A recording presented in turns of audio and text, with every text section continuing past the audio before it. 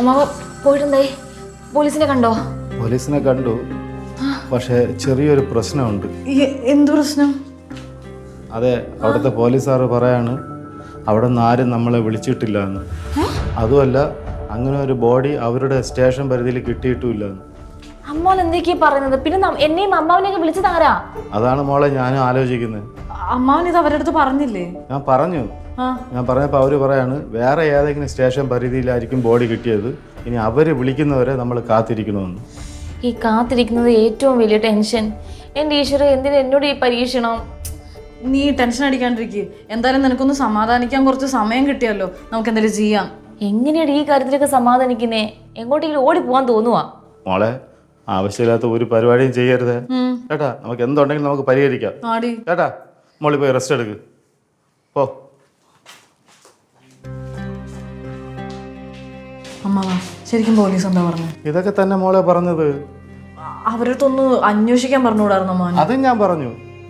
അപ്പൊ അവര് പറഞ്ഞു വ്യക്തമായ തെളിവില്ലാതെ ഒന്നും അന്വേഷിക്കാൻ പറ്റൂല എന്ന്.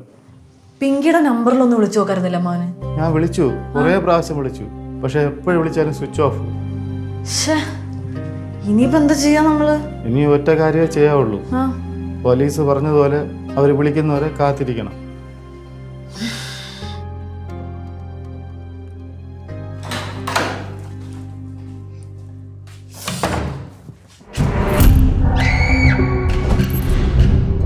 ഹായ് പിങ്കി, നീ സൂസൈഡ് ചെയ്തതല്ലേ? അല്ല, നീ എന്നെ കൊന്നതാ. അതിന് പകരം ചോദിക്കാനാ ഞാൻ വന്നത്. എനിക്ക് നിന്റെ ബ്ലഡ് വേണം.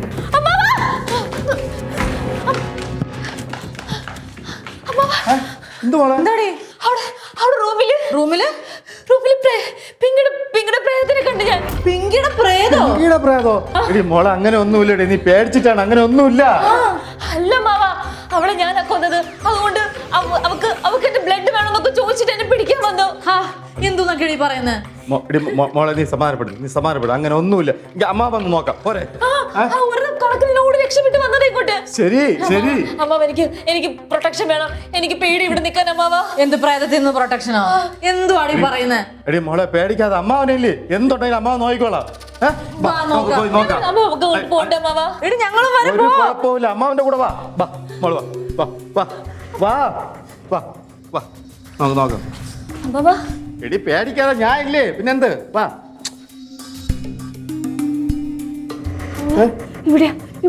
ശരി ശരി, ഞാൻ നോക്കട്ടെ. വാ, മക്കൾ ഇവിടെ വന്നു.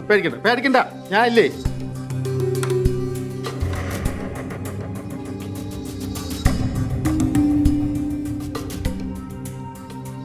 സൂക്ഷിച്ച്.